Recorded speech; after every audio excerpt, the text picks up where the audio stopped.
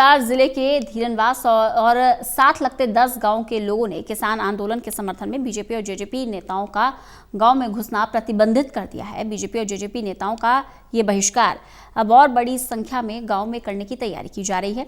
इसी से जुड़ी ज्यादा जानकारी दे रहे हैं हमारे सहयोगी डॉक्टर महेश कुमार।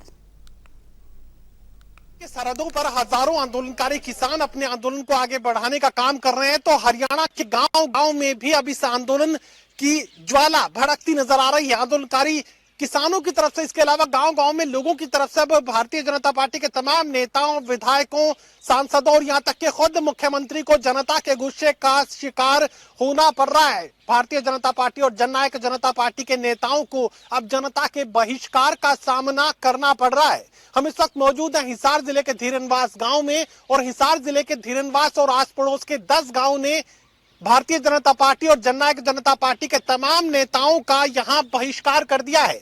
गांव के लोगों की तरफ से 2 टूक ये बात कह दी गई है कि बीजेपी और जेजेपी का कोई भी नेता, कोई भी विधायक, सांसद या खुद मुख्यमंत्री गांव में दाखिल होने की कोशिश ना करे, क्योंकि गांव के लोग खासे नाराज हैं।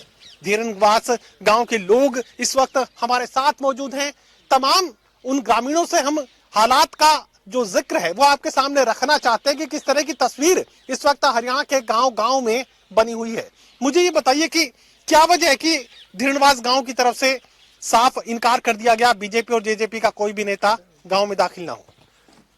दरअसल पिछले 4-5 महीनों से पूरे देश में किसानों का आंदोलन चल रहा है, तो जो सत्ताधारी दल है उसके विरोध में किसान लड़ रहे हैं। ये जो काले कानून लेके आए हैं, तो किसानों ने पूरे प्रदेश में ही जो सत्ताधारी दल है बीजेपी और जेजेपी, उनका जगह जगह पे बहिष्कार हो रहा है।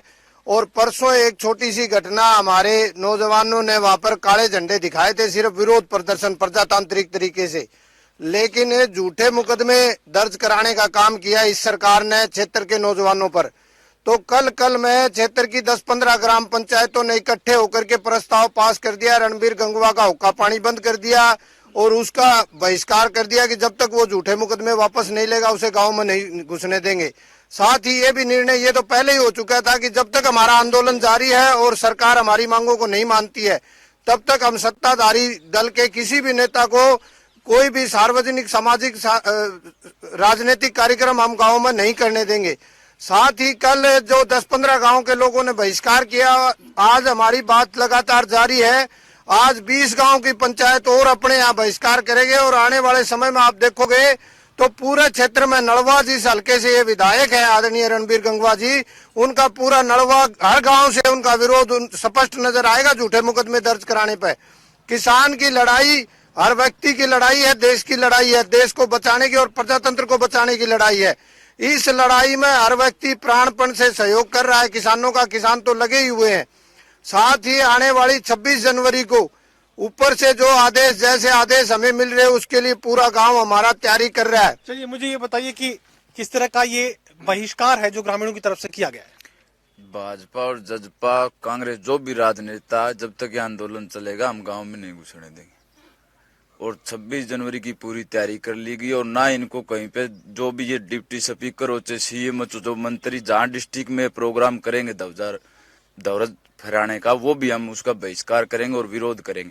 कल भी हमने परसों आर्या नगर में सिर्फ विरोध करने गए, बाड़समंद में भी विरोध किया, बांडाईडी में भी विरोध किया, लेकिन इस व्यक्ति ने अपनी नीच सोच और किसान विरोधी सोच का परिचय हमें दिया है कि 307 के मुकदमे हमारे ऊपर नहीं बल्कि पूरी किसान कौम के ऊपर इसने लगा करके ये बता दिया कि कितना किसान विरोधी है, कितना हितैषी है। ये किस तरह का विरोध ग्रामीणों की तरफ से किया गया है?